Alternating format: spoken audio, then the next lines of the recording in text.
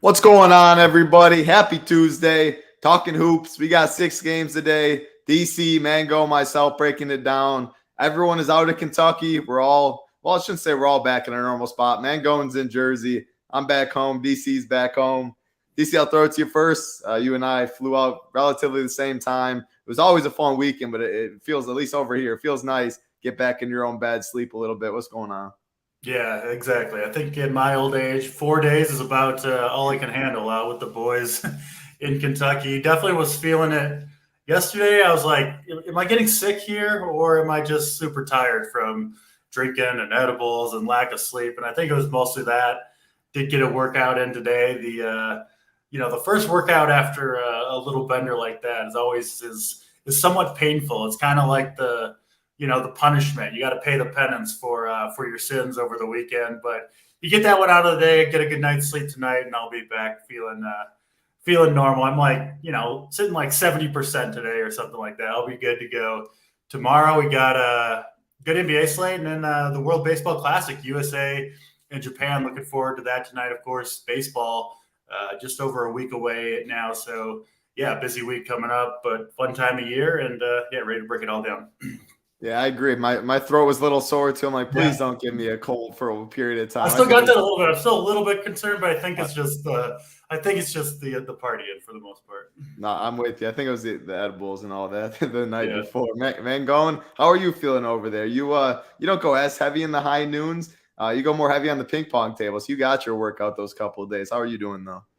Yeah, the whole right body after Snyder just undercut me is feeling a little better, so that's good. I'll say that. I don't feel as sore as I felt, but I did take the plane out right today from Kentucky, so that was nice. But when my mom picked me up, she said we got to go to IKEA and pick up a few things, and it'll be quick. And I said it's not going to be quick. No. We're going to IKEA, so we got here at the buzzer. We got here just in time. I got some caffeine too, so I'm ready to go. A little behind on the NBA slate, but not a lot of news today, which is really nice. So I'm happy about that. Obviously, I know we just got off this nice little bender here. So things are going to start dialing back in for the crew. We had a decent week. It wasn't too bad. Could have been better, but I'm excited to, just kind of really dial into NBA. I got one more thing I got to do tomorrow that I got to take care of where I'll be running around, and then I'll just be hunkered down watching hoops for a long time. So really excited to kind of watch some hoops tonight, go get some dinner afterwards, and should be a fun slate. Yeah, fun 6-gamer. If I had to say, one word that described the slate, probably the Hawks. With DeJounte Murray ruled out earlier, Hawks will be popular, but I don't think you're jamming in 5 or by any means. So, like Mangone said, we're not waiting on too much injury news. What we're waiting on, Jarrett Allen's questionable, Kevin Huerter's questionable, Isaiah Livers questionable, Devontae Graham questionable, and RJ Hampton questionable. The only pieces of news we're waiting on. So, yeah, it should be something that can randomly pop up in March for NBA DFS, no doubt, but doesn't look like too much news. Before we dive in, I'll say hi to a couple people in YouTube chat. It's been a little while. We got Paraby in here, Go Collect, Stevie Boyton's in here, Tyler, Nadesify, Mike Carr, William, Jordan, Richie Smalls, Butthole Jenkins, Hammer, Mr. Mike's Daddy, Steven, Bill Miner, Marquis, Coach, Race Fan, Sylvester Payne, Collins in here. Appreciate all of you hanging out with us. Jake's in here, Corey Pooler, Big Money. All we ask for on the show, subscribe button and big like button. Usually I say the opposite way, but when you hit that like button, hit that subscribe button right next to it. We all appreciate it. Zach's in here. My senior pick is this thing. Brandon, Luis, all in here as well. So we appreciate hanging out with us. We got 6 games today, though. We'll jump right in. First game, the only game at 7 p.m. Eastern. Washington Wizards, Orlando Magic, 225 total. Washington is favored by 1. On the Washington side, we have Kyle Kuzma's out, so obviously pretty big news there. As far as Orlando, Jalen Suggs out, Jonathan Isaac's still out. DC, I'll throw it to you first. Not too big of a total, 225. Wizards have played a tight rotation, though, with no Kuzma, Bradley Beal, Porzingis. Other side, Paulo, Wendell Carter, Franz Wagner. No must plays by any means. I think there's some solid plays you can get to, though, DC. What do you see? Yeah, definitely like the Wizards side better here. They are still battling to, get in the playoffs. Kind of, they got a veteran team, right? I mean, you've got Porzingis and Kuzma and Bradley Beal. Like, you are playing to win right now. And I do think their minutes and projections are a little bit light because they've been involved essentially in 3 blowouts in a row. Even if you go back to Porzingis, his 4th and 5th games ago, got in foul trouble in those games. So I think if you're looking at the minutes for Beal, Porzingis, are really the two guys that I'm looking at most closely. I do think that their minutes projection are down a little bit just because of the lopsided nature of the last 3 games that they've played. But if this game stays close, which you would certainly expect it to, it's a 1-point spread. I do think we could see Porzingis and Beal, into the mid and maybe even upper 30s in minutes, which I kind of like them at their price points. Beal has, had that slow start to the year, but he's definitely been better on a point per minute basis recently, obviously, especially with Kuzma out. And yeah, Porzingis, I mean, he's shown us a ceiling a lot this year. Actually kind of quietly a pretty damn good season. So I like both those guys. Those are the main 2 guys I'm looking at on Washington and in this game overall. Orlando side, it looks pretty thin. I mean, I just think these guys are priced appropriately, like a $7K Markelle Fultz, $5,900 Cole Anthony, Banchero. Sure, you can play him at $7,200. He's probably my favorite of the bunch if I'm going anywhere, but I really don't see much on Orlando that I want to get to. And, we talked about a little bit of a lack of news on the slate, or at least seems like we have it all. But this time of year in NBA DFS, you never know what's going to go down for sure. And I do lean toward leaving the spots open if I'm kind of on the fence, which I would be probably on any Orlando guys. Yeah, good breakdown. Mangone, I see Paulo. I think he'll be the most popular in this game, playing mid 30s, upper 30s minutes. Still, I mean, he has somewhat of a ceiling, but it's not like he's going for 55, 60 very often. If he's 30%, whatever you think he is it worth the play? Talk about the other side, what you got in this game.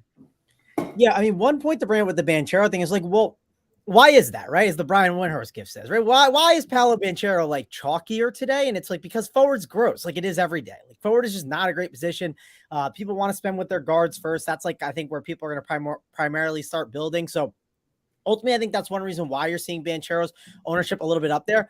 Also, it is a good matchup there against the Washington Wizards, right? Washington Wizards are a DFS team that I think we can target. He's clearly their primary guy. I even think Franz Wagner's popping up a little bit. Not someone I'm dying to get to, but I think Banchero's perfectly fine. I do think Bradley Beal is definitely an appealing play at that shooting guard position, someone that I'm going to be considering here. The question is, do I want to pay that price tag? If you look at the context of the slate, there's a lot of really good guards to spend up for, right? You make the case for Trae Young, obviously one of the best plays on the slate, probably one of the chalkiest plays going up against Detroit. Then you got CJ McCollum against the Spurs. I mean, point guards against Spurs are always a pretty good option. De'Aaron Fox at his price tag of 8.3K. That's just like a way too cheap price tag now for him. So like ultimately what I'm getting at here when I kind of am breaking this all down, there's a lot of different guards that we're going to consider here in these spots. So all in all, you have to make a decision on what to do with Bradley Beal. I think he's fine, but he's not a priority, right? He's not a guard that I'm slamming in there. There might be other guards that I prefer instead. Garland's price is kind of cheaper. Paul George is guard eligible at 9.3. He's definitely a little bit pricey, but I do think Paul George, got to put him in the mix here with going up against OKC. A little revenge game for him, but I think that this game is not a priority game. It's not a bad one, though. Washington, like I said, it's either Bradley Beal or like a Porzingis for me. I think that'd be like the main guys to really look at there. And then Banchero is perfectly fine at forward, but he's not a priority. That's the key. You're not like jamming him in there. And I think you can get away with kind of fading this game if you'd like. And if news comes up where there's uncertainty, you could really make a case to fade this game to wait and see what happens. Now, could that reflect in ownership? Let's say that like some piece of news comes out, like let's say a De'Aaron Fox gets ruled questionable out of nowhere. Will a lot of people backload? Possibly, which could make this game lower owned. But point I'm getting at here is this game is not a priority game. You could get away with the fade, but I could also see some plays being part of this game.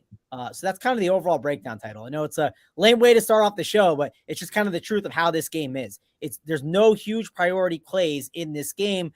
The only guys that make the most sense are Bradley Beal, but there's other guards at the positions. And Banchero is mainly popping up because forward is just not a great position overall.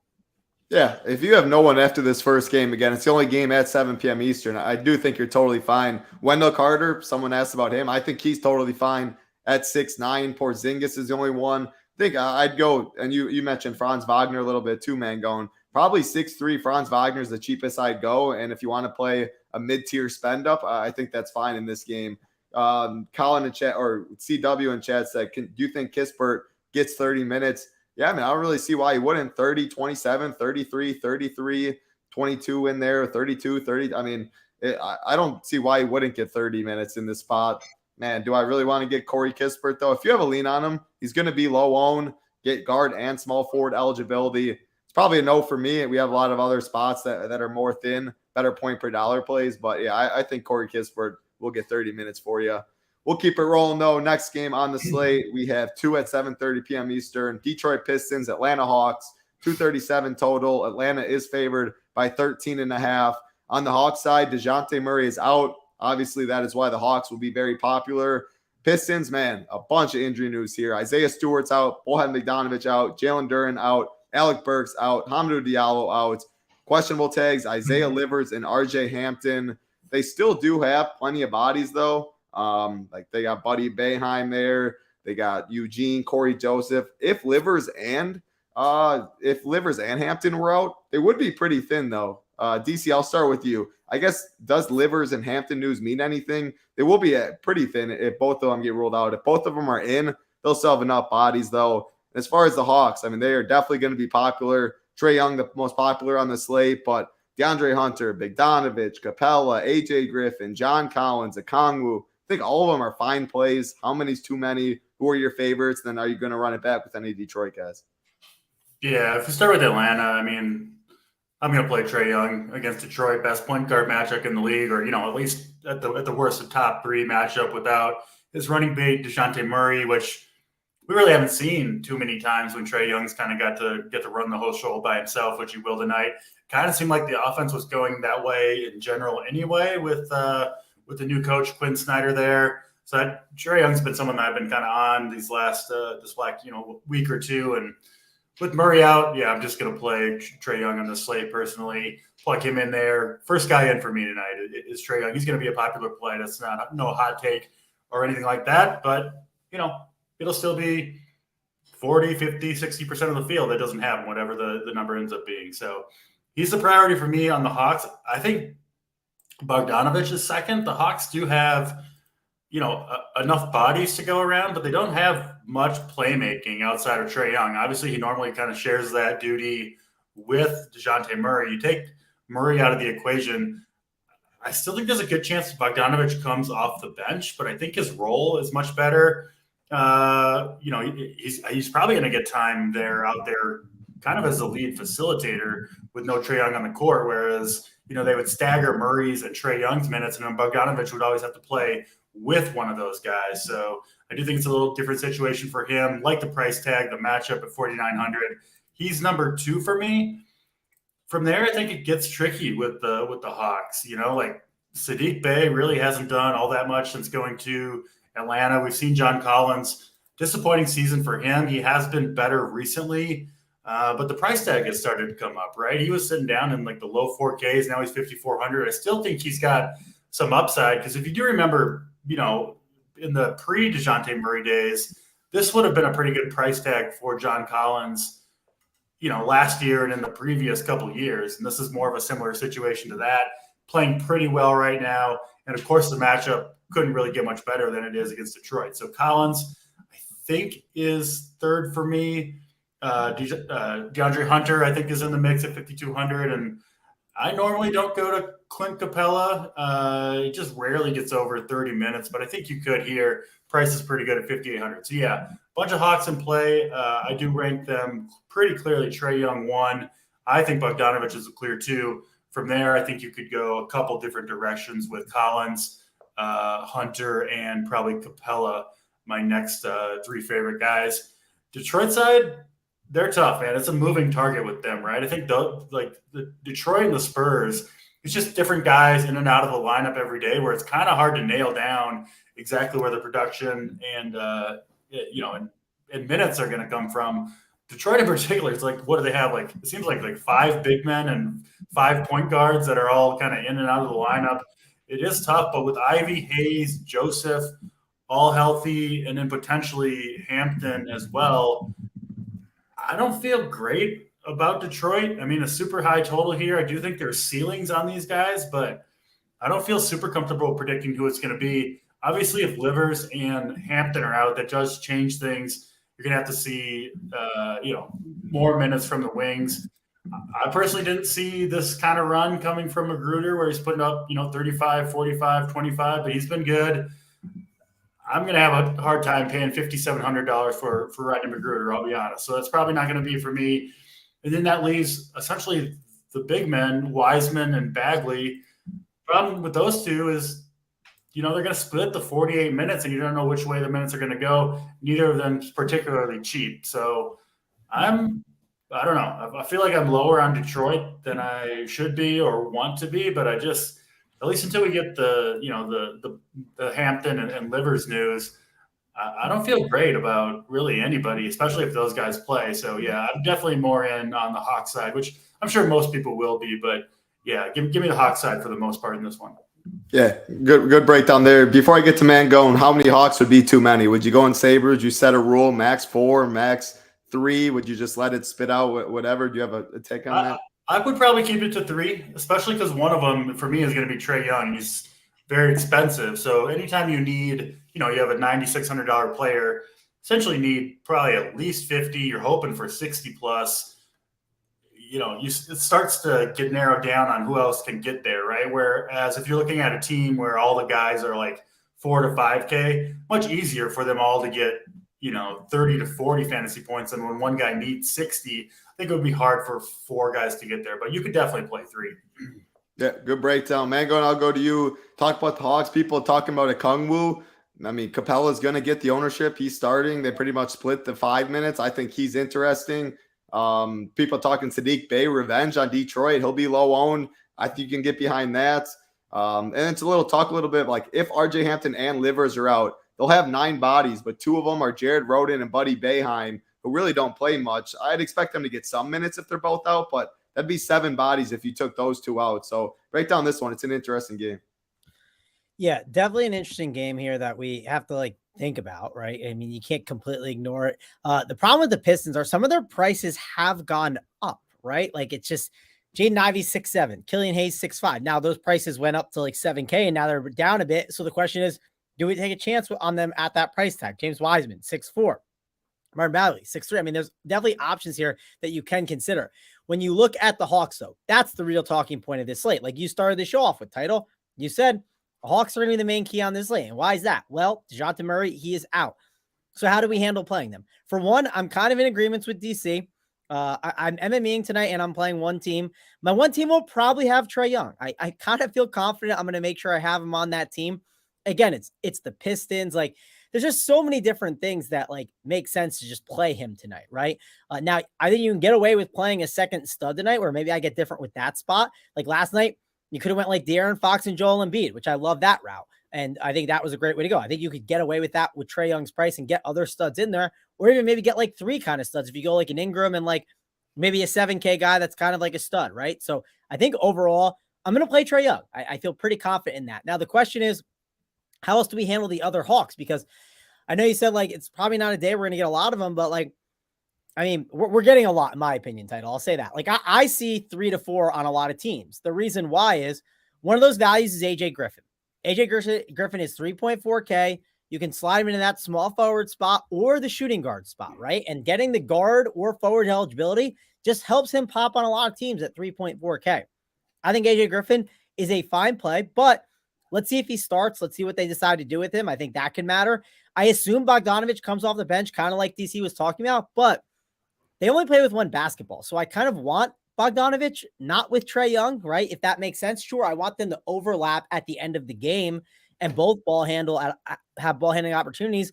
But sometimes when you slide these guys in the starting lineup, they're not as great because they're not handling the ball and they're not the primary guy. And we've seen that with Bogdanovich. So I'm still okay with playing Bogdanovich and Trae Young together.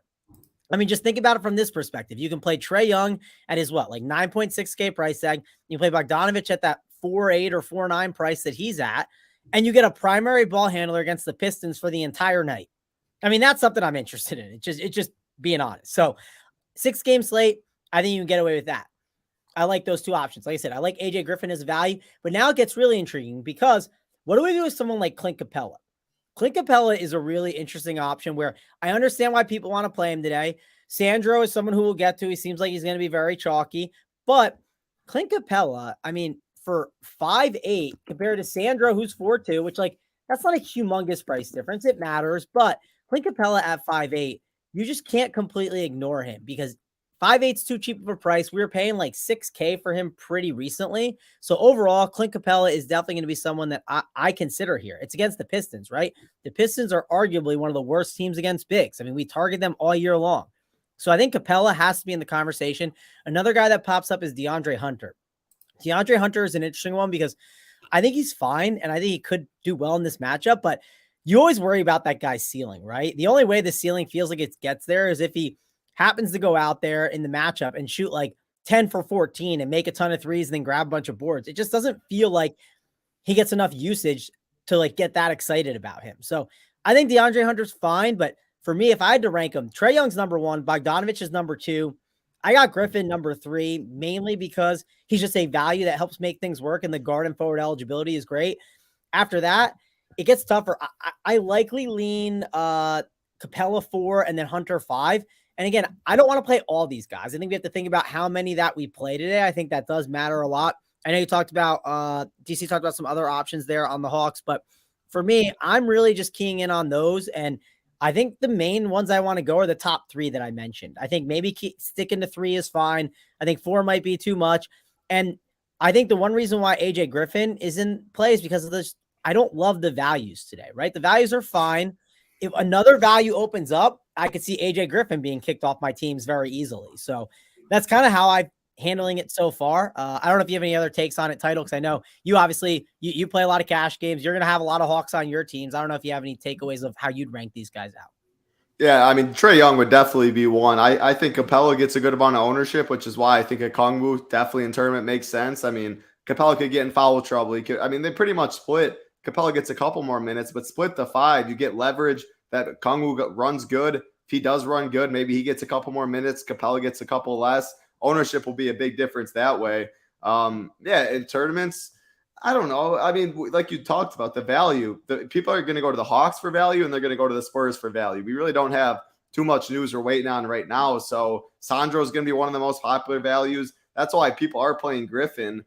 Maybe, yeah, like if you don't go Trae Young and there's enough mid-tier people, maybe you can get on a different build that way and fade Trae. So it's a lot of interesting routes. It's also a 13.5 point spread, but they are playing Detroit. So it's definitely interesting. I do think there are Detroit options you can go to, though. I don't mind the Sadiq Bey revenge. No one's really playing it.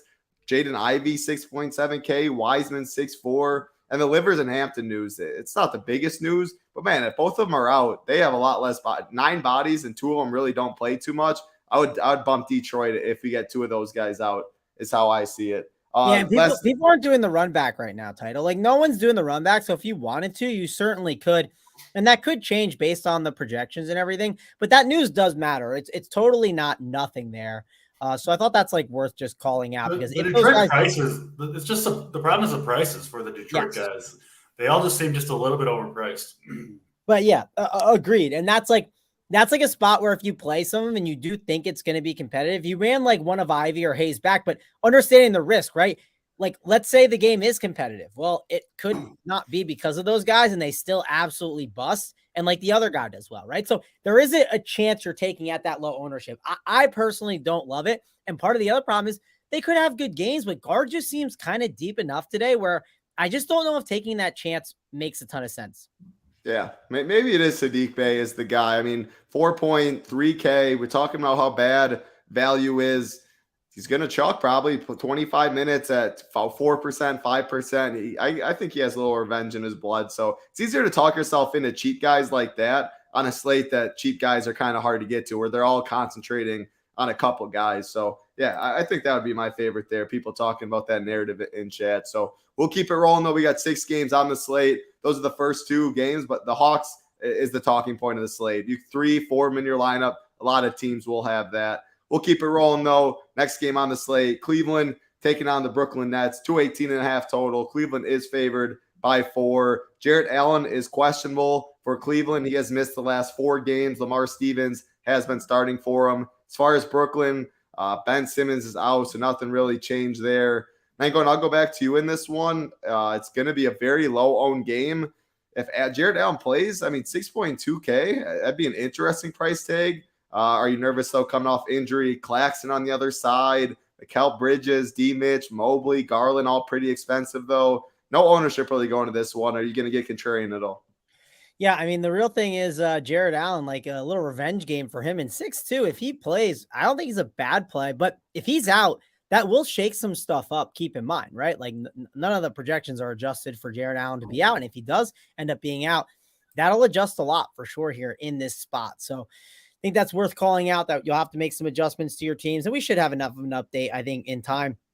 But prices are good on these options, right? Like Darius Garland is only 7.5. I mean, 7.5 is a cheap price tag for him. It just is. I understand he could bust too, but I think it is a cheap price.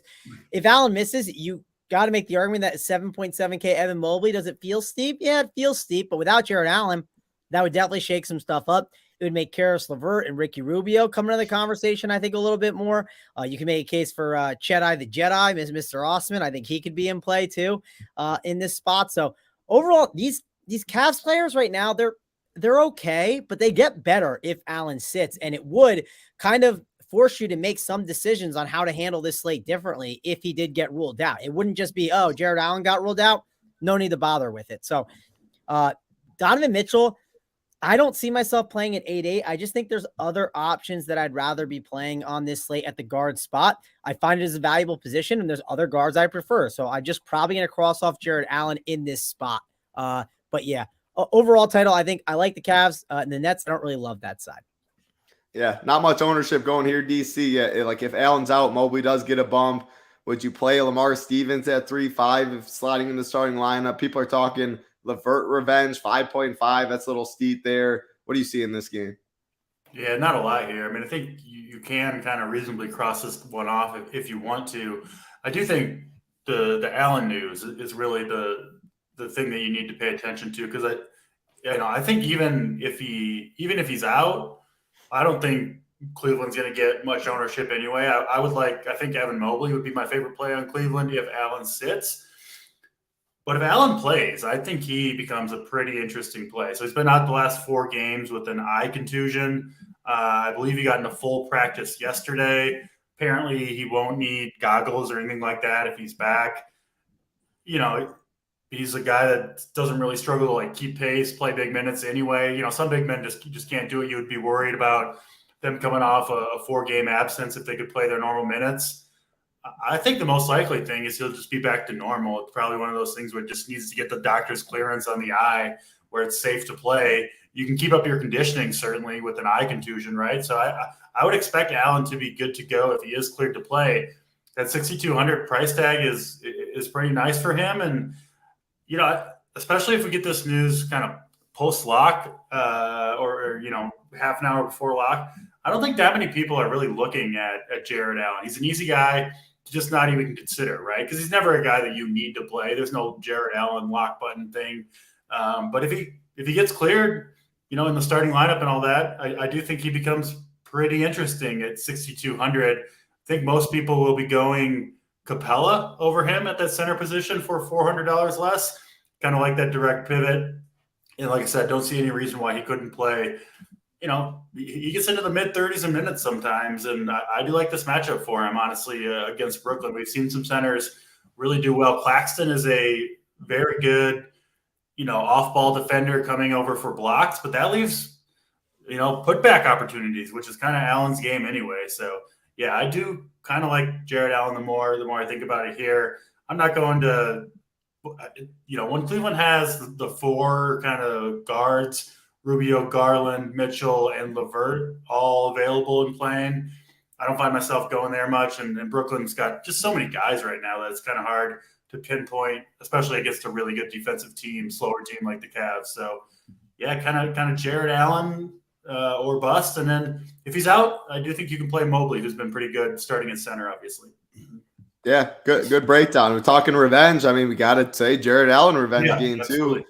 And then, I mean, before he got injured, he was 6'2" the last game Miami before, 37 points, but 6.7K, 7K, 6'9", 7, 6'9", 6'9", 6'8", 6'9". I mean, we're talking about about a 7K player before we got hurt, now priced down with the injury and stuff. Yeah, there'd be no reason I'd see why he wouldn't get normal minutes. So direct pivot right from Capella, I think it's an interesting play, no doubt too. But we do have to wait on news 30 minutes after lock. Hopefully we do get that news. But looks like a lot of ownership's concentrating on certain plays with the Hawks news, with Spurs value and stuff. You're gonna need a couple pieces in the single digit range to make you different. I think he could be one of those. We'll keep it moving though. We got 3 games left. What do you got? 550 watching, 166 likes. Let's get 300. I think 300 is a number you guys can get for us. All we ask on the show, like button, big red subscribe button. Takes 2 seconds. We always do appreciate it. We'll keep it rolling though. 4th game, 8 p.m. Eastern. San Antonio Spurs, New Orleans Pelicans. 230.5 total. Pelicans are favored by 13. On the Pelicans side, really nothing. Jose Alvarado's out. Zion's still out. They're healthy though. As far as the Spurs, another laundry list of the names right here. Jeremy Sochan out. Zach Collins out. Devin Vassell out. Keldon Johnson out. Charles Bassey out. Devontae Graham is questionable. So another piece of news we are waiting on. Mangone, I'll go back to you. I mean, you look at all these injuries on Detroit. You look at all of these injuries on the Spurs. Spurs are priced down a little more than Detroit is, though. Sandro, Mamu right there, 4.2K center, one of the chalkiest options. Devontae Graham if he plays, Trey Jones, Keita Bates-Diop, Doug McDermott. I think a lot of people go to the Spurs when they're looking for value. As far as the other side, I mean, CJ, Brandon Ingram, I think are the two if you do play. It doesn't look like you're going to these guys for value. What do you see in this game? And talk about Joe Val. Robert brought him up too. I think he's interesting. Yeah, we have to talk about Joe Val. I'll admit, I definitely typically just say no to Joe Val a lot.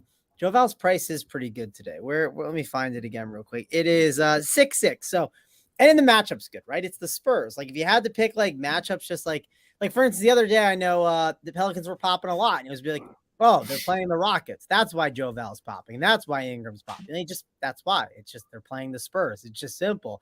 Matchup is really good. Can't ignore it completely. We'll start with the Pelicans. Let's go there first before we go with the Spurs. So Brandon Ingram again at that small forward position that I don't like. It's kind of similar to that other slate. Like I said, like, you know, Ingram was popping against Houston. It's just such a good matchup. And one thing to call out, you don't really worry about the Spurs getting blown out because they've been more competitive, it feels like, or at least kept teams in games enough where they kind of get most of the run, right? Maybe they lose like the final couple minutes in the fourth quarter, but by then it's like, it feels like the teams have put up a ton of points. It's not like the Spurs only put up 70 and the score is like 104-70, you know, with like 4 minutes left in the fourth. It just feels like the Spurs at least get enough buckets and play at a fast enough pace that they get the job done. So I'll at least call that out. I do think all these guys are in play. McCollum's in play. Ingram's in play.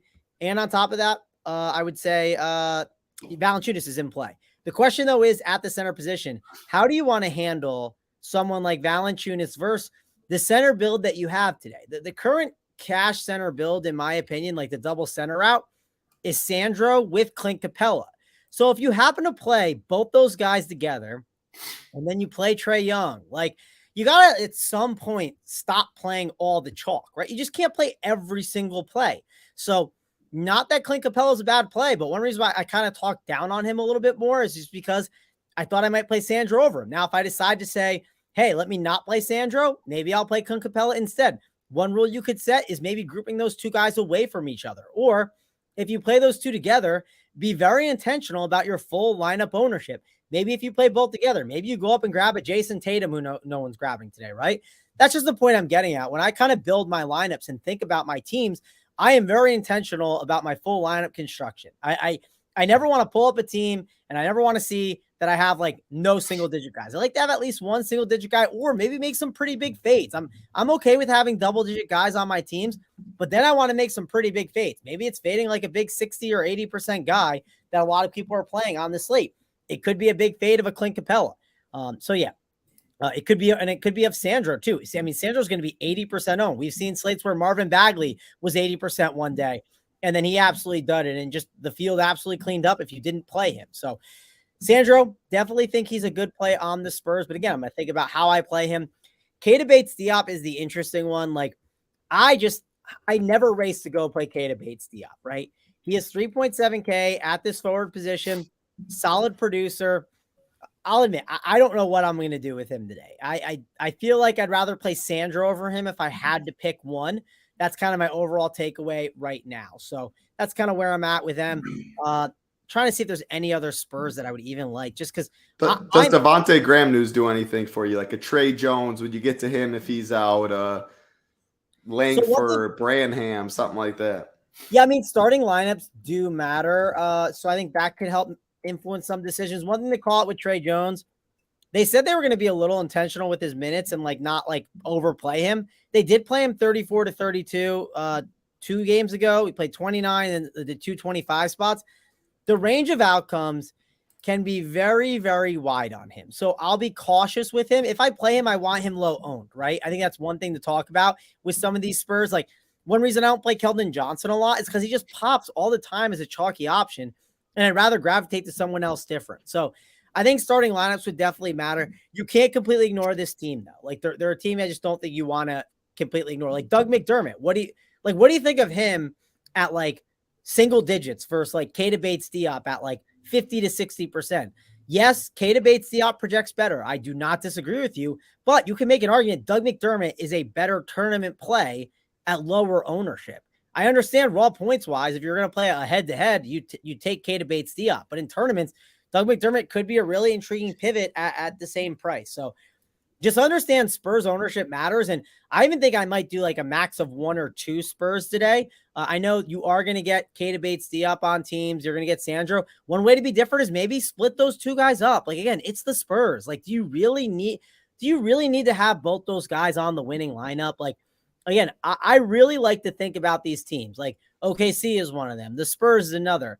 How many guys do I really want to play on that team? Like, it's even today. We talked about the Hawks. They're great plays, but do we want to play like 4 of them? Then why are we playing 2 Spurs? So it's something I'm definitely going to think about. For me, I like Sandro more than Keita Bates-Diop if I had to pick one. And then when it comes to the other 2 guys, I think starting lineups would matter in whatever happens with Devontae Graham, right? Because if Devontae Graham doesn't play, sure, it opens up opportunities for Blake Wesley, but it's still Branham and Jones are going to have the most opportunity there. My lean would probably be Branham just because I feel like his minutes are safer than someone like Trey Jones, just because I know they can be weird with his minutes. Yeah, I agree with that. If Devontae Graham's out, like we just saw Branham play 38 2 games ago, young guy, didn't start the year on the team. I mean, why would they not roll him 35 plus or something like that? So good info there. And yeah, you talked about Doug McDermott as a pivot from Bates-Diop, right in the same range is AJ Griffin too. So at least you know with Doug McDermott, he's going to chuck. He's going to get in there. He's going to shoot threes. If they go in, he'll get extended run. But you do have upside there. Definitely a floor, though. DC, talk about some of these Spurs. Sandro and Bates-Diop, by far the chalkiest options. Does Devontae Graham news do anything to you? And then talk about any Pelicans. Yeah, I think the Graham news, I'm a little hesitant on Trey Jones right now. I'm not going to lie. I'm talking about reducing the minutes. He's obviously kind of a veteran, and yeah, I'm trying not to trust the Spurs if I don't have to, especially when they're going to be pretty popular overall. Not necessarily Trey Jones, but yeah, the Graham news obviously would bump Jones. I think I'd be more likely to go to Branham. I think he's the more likely guy. If he's playing well, maybe they give him 35 minutes, right? I think that's within the realm of possibility. So I would go that direction, Branham over Trey Jones if I'm going to a Spurs guard. Not going to find me on Langford or Wesley, probably even Bates-Diop. I mean, he's dealing with like an Achilles thing. Has played what 13 and 12 minutes in the last 2 games. I don't know. It just seems like they could just pull the plug on those minutes. I know the point per minute production has been kind of surprisingly good for him this year, especially with all these guys out. But he's not a guy I love trusting anyway, especially. I mean, is he one of the more popular plays on the slate? Yeah, I'm seeing him maybe the most popular guy on the entire slate is Bates-Diop potentially. I'll go elsewhere. I think there's enough question marks around him and enough decent value. Even like you guys said, give me a 5% McDermott over a 50% Bates-Diop at the same price point. He beats him way more than 1 out of 10 times. You can't. That's not the exact equation, but I do think that makes sense for especially a top-heavy GPP, like for the most part what we're talking about here. Mamu, I mean, I think he's a good play. He's a starting center at 4,200, right, who can produce pretty well. really only has Gorgie Jang behind him right now. We did see Mamu start back on the 15th. They did dust off Gorgie in that game. He ended up playing 15 minutes. Mamu still got 33. 5 of those were overtime. But, like, I don't really trust him to play 30-plus minutes here. 4,200, you probably do need, especially with all the other good centers on the slate, you probably do need 25-plus out of Mamu. I don't think that's a lock. I don't particularly love the matchup for him against Joval. And then, yeah, on the Pelicans side, I mean, Joval himself has crushed the Spurs. No surprise. They've played each other 3 times. In those 3 games, Joval averaging 25 minutes and 39 fantasy points per game. So up near, 1.7, 1.8 fantasy points per minute. They're also giving him more minutes recently, right? He got 34 and 33 against Houston, who, I mean, I think you could make the case that that's kind of the closest matchup to the Spurs right now, right? They really don't have an interior presence. So, yeah, I think Joval's got 45, 50 fantasy point upside pretty clearly in this matchup at 6,600. Center starts to get pretty damn loaded, though. We talked about, Capella and Okongwu, I think, are both good plays, obviously not together. Talked about Jared Allen. Now we've got Mamu, Joval. We've still got 2 games to go. So, yeah, I think that double center out looks good. But it might be one where, you go a little bit off the chalk. Listen, even if Mamu gets his 25, if Joval goes for 40, you want to be on the Joval side of that most likely when it's all said and done. So I do think there are ways to get away from a super chalky Mamu. And, yeah, like I said, I'm not – Keita Bates-Diop as the most owned play on the slate. Yeah, it doesn't make a lot of sense to me. So I'll probably go in a different direction there, especially when he's got, I think, some injury concerns. So good game here. Ingram, McCollum, I think, are both solid plays. I think I would split them up for the most part. I don't know if I want to go for a full, Pelicans onslaught here. But, yeah, 2 guys that could definitely fit in your lineup if you need a guy at that position at that price point. Yeah, I think I'm on the same. I'd probably max one of Ingram and CJ too. Yeah. There's so many good mid-tier options, high 9K, stuff like that. Man, I feel like you need a couple, unless you're just fully game stacking this. You're going 4 Spurs, 2 guys or 2 Pelicans. I think that'd be fine. But yeah, I'm in agreements. Yeah, I mean, like if this was a normal, not a normal slate, but I feel like a normal March slate where every team has a bunch of value and all this stuff, like Bates-Diop would not be 40+% owned. Sandro wouldn't be 40+% owned. It's just they grade out a lot better than other spots, point per dollar. So yeah, they can Sandro and Bates-Diop get 15 DK points. Yes. Of course they can get 15 DK points. I mean, just think about it. So yeah, it's an interesting slate, no doubt. We do need some value though. We'll keep it rolling. Again, 300 likes is what we need, about 600 watching. We appreciate if you do hit it. 300 though for the plays of the day. 2 games left. That game was at 8, 2 hours later, 10 p.m. Eastern. Boston Celtics, Sacramento Kings, 238.5 total. Boston is favored by 5.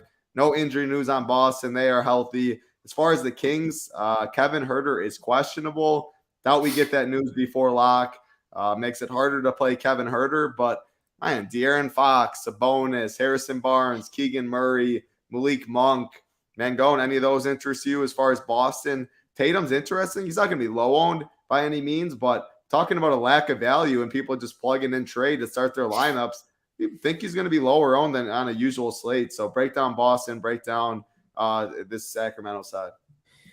Yeah, it definitely is some lack of value today. And if you are worried about a lack of value, just to kind of like segue back to what we were talking about before, if you wanted, maybe you could play 3 Hawks and play 0 Spurs, or maybe if you decide to play 0 Hawks on this slate, let me tell you, if you play 0 Hawks, you'll be different right then and there. So there's ways to do that. You don't have to just go dive into this game if you don't want to, or you could dive into this game and say, Jason Tatum as a spend. I mean, how many people are actually going to go over and grab Jason Tatum as a spend up?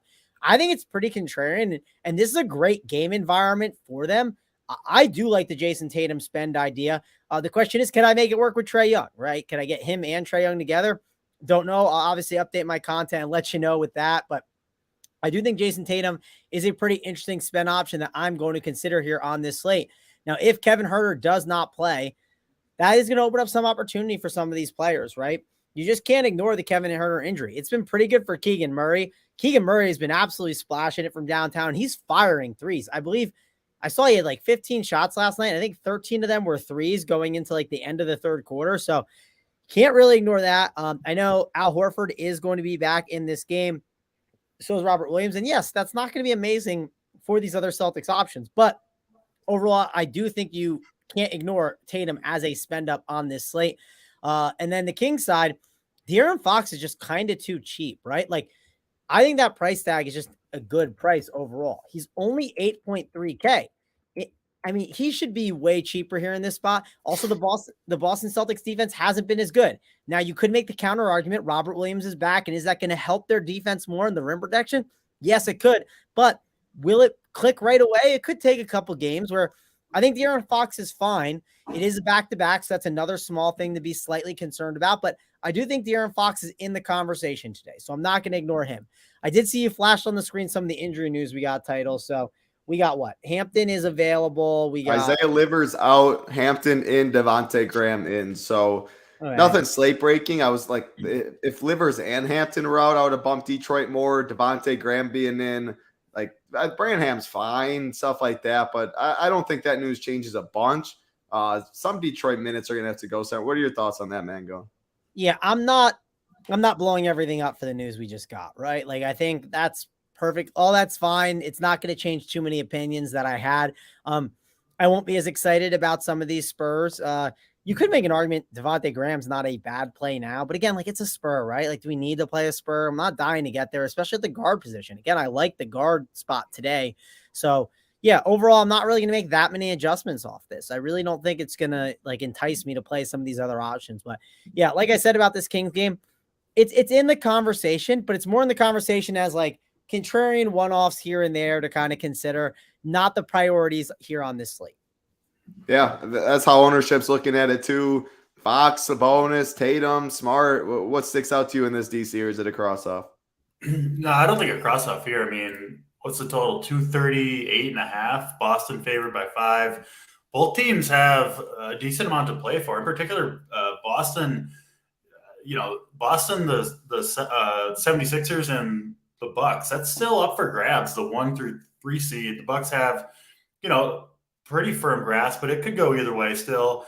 And then especially that 2-3 seed, which is a big deal, I think, for Boston 76ers to get that home, that home court advantage in a probable 2-3 matchup in the Eastern Conference playoffs. So Boston's still playing hard. You see that reflected in the minutes, right? Jaylen Brown, Jason Tatum getting 38, 39 minutes almost every game if it stays close. I think this one will. It's going to be high scoring. It's going to be up and down the court. I think that's great for a guy specifically like Jaylen Brown, who I think is kind of the guy you want when they're getting out in transition and really running.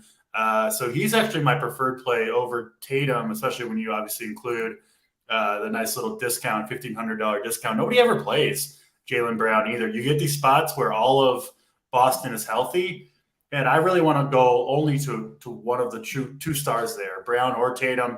But I think in this scenario, you see most people, if they're going to play one, go all the way up to Tatum, who is kind of viewed as a level above Jaylen Brown. I get that, but I'll take the price discount and I think ownership discount as well. And what I think is, just their play styles. I think this game fits Jaylen Brown a little bit better. So he's my favorite play on Boston by a decent margin.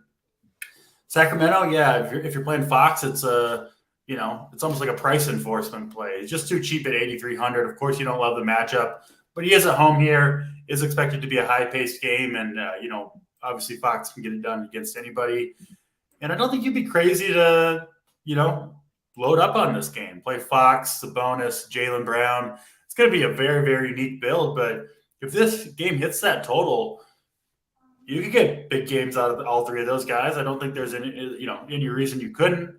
So yeah, I think this game, I'm mostly looking at the stars here. Obviously, if Huerter is out, you can definitely go to a guy like Keegan Murray who can get hot from 3 and put up a big score at 4,600, but mostly looking at the studs here myself.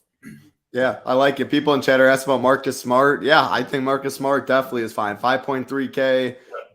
You land like no one's really going. It doesn't feel like in that 5K range. So unless you're playing a Hawk. So yeah, I mean, he should play over 30 minutes. He's definitely very important to this team. I mean, 27, 28 on this slate at 5.3 is a fine thing. So is a fine number. So yeah, no hate on Marcus Smart at all. Even like a Harrison Barnes or like DC said, a Keegan Murray.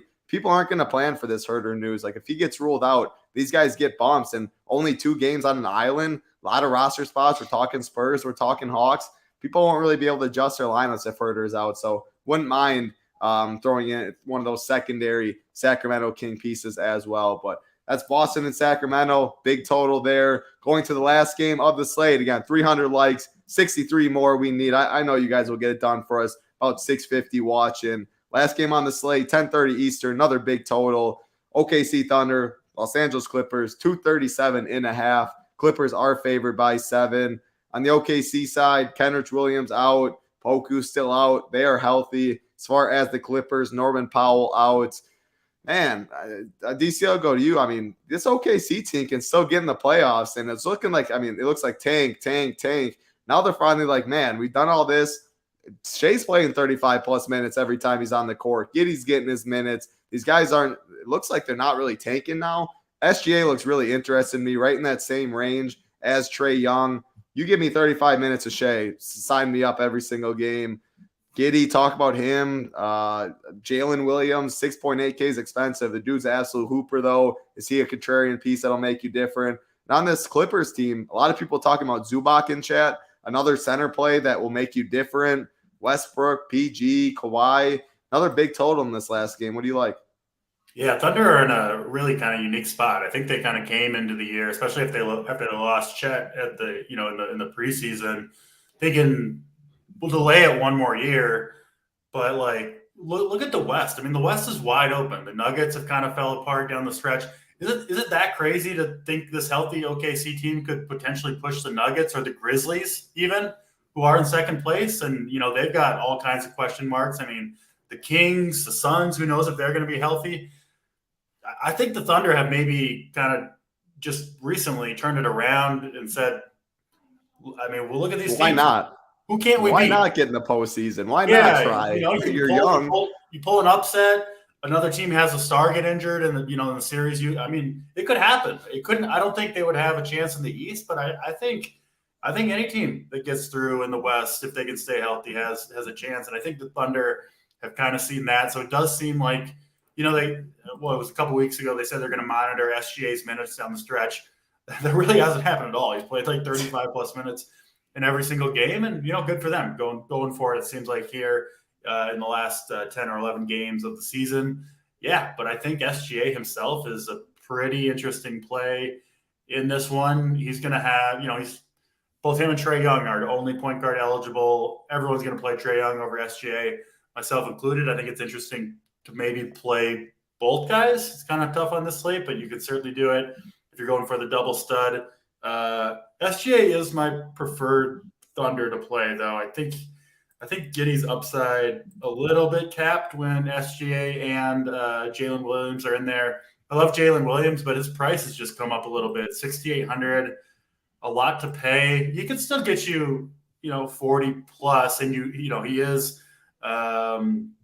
eligible at the power forward position, so that's nice. So I think he's at least somewhat interesting. But yeah, I rank him SGA, Jalen Williams, Giddey in that order.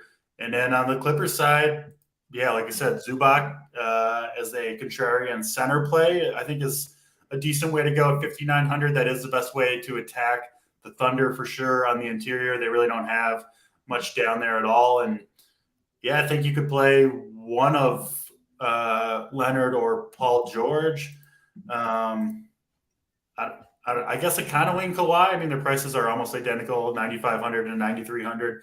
But I think it's pretty close. I wouldn't play them both together unless you're really going crazy with this game, which is kind of hard to do because anyone you want is relatively expensive. But yeah, I would go Leonard over George. It's close. You can play either one. Zubac is interesting, not going to Westbrook. And then, yeah, OKC said, like I said, SGA, the preferred play for me. Yeah, I mean, Kawhi's playing upper 30s minutes. PG's playing upper 30s minutes. SGA's getting there. I mean, where the minutes are going in this game, in this one, Mangone. Talk about Zubac. I mean, a lot of people are mentioning Zubac here. Been playing well. Break down this one. It's an interesting late night hammer. More so, it feels like the studs than the value. But if you can find a value play in this one, help me out there too, Mangone. Yeah, not a ton of values I love. I think one reason Zubac will have trouble fitting is because just a lot of centers are being like kind of peppered on teams because it's just like it's a strong condensed night at the center position where a lot of people are gravitating towards the same plays. Um, Paul George, guard and forward eligible. I think Paul George is a pretty interesting play here in this spot at the price. One thing to note again, like I think with Trae Young's price being at that like 9.6 price tag, you can grab like two of these guys in like the 8 or the like 6 or 7K range.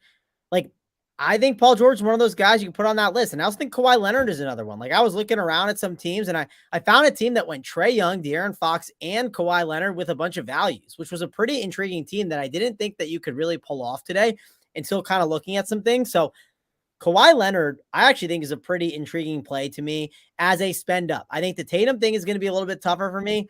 More I thought about it, looked, I think I like Kawhi Leonard over like a Jason Tatum here in this spot. And it kind of does help in my opinion that like Kawhi's coming off of like kind of a bad game just because it always feels like Kawhi pretty much is like a steady Eddie play where he gets you like between like 48 and like 60, right? Like a solid range, plays really, really nice minutes. I mean, that West is wide open. His minutes have been pretty safe throughout the year and he hasn't been like the same Kawhi Leonard where you're worried about Ty Lue messing with his minutes that much. They felt very, very safe.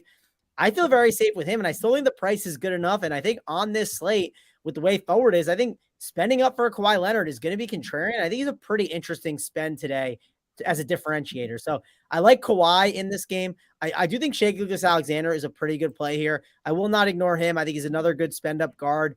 Of all the spend up guards we've talked about, he's definitely high up on the list next to Trae Young. He'll definitely have less ownership than Trae Young. So if you want to make a pivot there or just play both, that's certainly fine. For me, it's really just simple. I'm looking at Kawhi Leonard, and I think I'm looking at like Shai Gilgeous-Alexander in this game. So it's mainly the studs and then just kind of fill out values in other spots. I'm not really jamming those studs in, but I think they're good plays and you can't ignore them because I think Kawhi is a top forward on this slate. I think Shai Gilgeous-Alexander is a top contrarian guard. Great breakdown. We need, man, legs are hurtful. I'm going to go to DC, try and stall for a minute. Just give his final breakdown of this slate. Then I'm going to go to Mangone. 300 is what we need. Otherwise, I got to click the X button. Want to get you guys plays of the day today. DC, final thoughts on this slate. It seems like Hawks, Spurs are getting all the ownership when it comes to value. Spurs, you seem a little nervous about, though.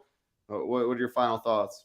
Yeah, I was kind of hoping not to, feel forced into going to the Spurs value. Devontae Graham being in makes me feel better about the Spurs fade, right? Another body in there that's probably going to get you 25 minutes, can take away a little bit from other people. And kind of felt the same way about Detroit. Really didn't want to trust that team. Was glad to see is Hampton's in and Livers is out. Is that what we got? Yeah. Correct. So I'm going to try to avoid the super chalk value tonight as much as I can. I think you'll see ownership spread out among the studs, right? Like, yes, a lot of people are going to play Trae Young, but beyond that, I think it's going to be pretty evenly spread between Tatum, Jaylen Brown, Porzingis, SGA, De'Aaron Fox, right? Like a lot of these guys, I think are going to garner somewhat similar ownership. So that does make it a fun slate from that perspective. For me, it's kind of trying to figure out which stud to play with Trae Young. He's going to be in my lineup for sure. And then trying to maybe get off of some of the big chalk. Like for instance, I see Capella coming in, 15 to 20%. His direct backup, Okongwu, probably 3%, right? And they're kind of been splitting the minutes with Quinn Snyder there. He's a little bit cheaper too. So I think you can look for little spots like that. It's going to be hard to avoid all the chalk tonight for sure, but you don't need to. Just find a few spots where you can get different, maybe get some leverage on the field with Okongwu versus Capella, something like that. Yeah, great. I like it. And I think it's interesting. Again, we need 15 more likes. Last time I'll ask, then I'll throw it to Mangone. Hopefully we get it. But if you just fade Trae Young, I think you can make a build. No 9K and above players. I mean, you look in this 8K, 7K range, Porzingis, Ingram, Beal, McCollum, Fox, Mobley, like Wendell Carter, Claxton, Jovan. You can, with the value that's lacking, you can make like a just jam in mid-tier, don't play studs. And I think that's viable on this slate too. A lot of different ways to go. Garland at 7.5 as well, as Paul said. So then go and wrap it up. 5 more likes. I think we'll get there. But final thoughts on this slate before we get them the plays of the day. Yeah, hopefully the people can get it home because I gave out De'Aaron Fox yesterday who put up 57. So that was a pretty good game by him. So hopefully we get those plays of the day for the people.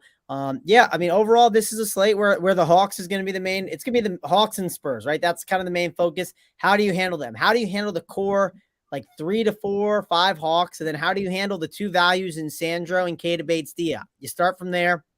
You mix and match the other positions. That's mainly how I'm kind of handling this slate. I'm starting from there, and then I'm trying to figure out what other stud do I get in there? Do I want to go more balanced? What's kind of the route going to look like? And maybe it's just fading all the Spurs completely, or maybe it's just only playing Trae Young, right? Like those are ways to instantly be different right away with your construction. So those are things that I'm going to be looking at. I'll be updating my content on the premium side, my single entry 3-max stuff. Also, I'll be doing a golf one tonight. I know the match play starts tomorrow. It's a quick turnaround. It'll probably be up a little bit later because I was traveling, but if you're looking for that, I'll have some golf stuff up and I'll be in that golf Discord chat talking about some PGA with people. And don't forget the Up the Lock show is coming up next. JSU is one of the best at breaking everything down. So be sure to check out that Up the Lock show. He'll be, talking about how to handle this slate. And if any breaking news comes in, that's going to change the slate. Like let's say Jared Allen gets ruled out as questionable. Don't you want to hear how, he's going to handle it and how to adjust with it? Because that could be the difference in cashing and not cashing, or it could be the difference in between a min cash and taking down the whole bag tonight. So be sure to check out that show. Appreciate you doing my job for me, Mangone. Couldn't have said any better. Golf starts tomorrow, Up to Lock show in 12 minutes. JSU, Big T, Holden. You do need to be a member for that, though. Mangone 15 gets you 15% off. SaberSim is also included. If you do join, make sure you do get in the Discord. You guys got the likes for us. I mean, it was like pulling teeth today. I'm not going to lie, but we got it done. We appreciate it. I'll start with myself first with the SO play of the day. I'm really thinking the avoid 9K range. Of course, Trae's a great play too, but so many good mid-tier options. I'm going to give a mid-tier option at the center position. Wendell Carter Jr. right away, 6.9K. Like picking on the Wizards. He's got a lot of upside too, and center's loaded. He's going to get naturally overlooked just because of that. So start yourself off with Wendell Carter Jr. like his upside in this spot. We'll go to the mom's basement play of the day. Throwing it over you, DC. Who do you got for us? Kind of a similar thought to you, Title, getting away from the popular centers with plays that you think can get there, even if the chalk centers do well, right? If your centers really crush, you can get there. So he is going to require the news, but I think Jared Allen is pretty likely to play in this game against Brooklyn. It's down to 6,200. It's about a $800 discount from where you typically see him at. Based on the nature of his injury, I think he's got a good chance to play his normal minutes if he plays. I like the matchup with Brooklyn, and it does get you different from all the people going with the super chalk centers who we think will be Mamu for sure, and I think Capella is going to get a lot of interest too. If Allen's out, same game time. I'll go to the pivot from Capella in the same game with Okongwu, who is pretty much splitting the minutes with Capella right down the middle with the new coach in there. And I think Okongwu's got a pretty good chance to close a blowout if it does get there. 13.5 total in that game. I think he's got a few ways to get there. So Allen, and then if he's out, Okongwu would be the secondary play of the day. I love it. I absolutely love it. Mangone, I was going to get it wrong. Sweet Travis is no longer a thing. We're not looking at those marshmallows. We're looking at Mangone on the ping pong table. There's very few better out there than Mangone on the ping pong table. I'll say that. That picture is amazing. He's locked in. Rubio's got his Coke in the background. JT's face is right there. C-Dome's in the bag. Mangone, that's a great picture for sure, but you got to give a winner after that, just like you did on the table. Yeah, I got to give a winner here. I'm going over the small forward position. I think it's a good night for the Kawhi Leonard spend up at small forward. And sometimes at like the forward position, I noticed like the raw points of like getting like that 50 or 52 is just worth it. Especially if a guy like Keita Bates-Diop, if he goes out there and then only goes for like, 18, that's not going to be amazing, right? You'd sign up for it. You'd be like, that's fine. He's not going to kill my lineups, but that differentiation of spending up at the forward position, I think is a good idea today. Give me Kawhi Leonard as the play of the day. Love it. Kawhi Leonard, Wendell Carter Jr., Jarrett Allen. If Jarrett Allen's out, Okongwu, the 3/4 plays of the day. Up to Lock show in 9 minutes. Get in the live show chat. JSU, Holden, Big T, breaking down the slate, giving you some laughs. Always a good time. Mangone 15 gets you 15% off. And make sure you do get in the Discord so you can get those questions answered. That's going to do it for us, though. We'll be back tomorrow, as always. For Mangone, DC, I'm Titletown. Good luck, everybody.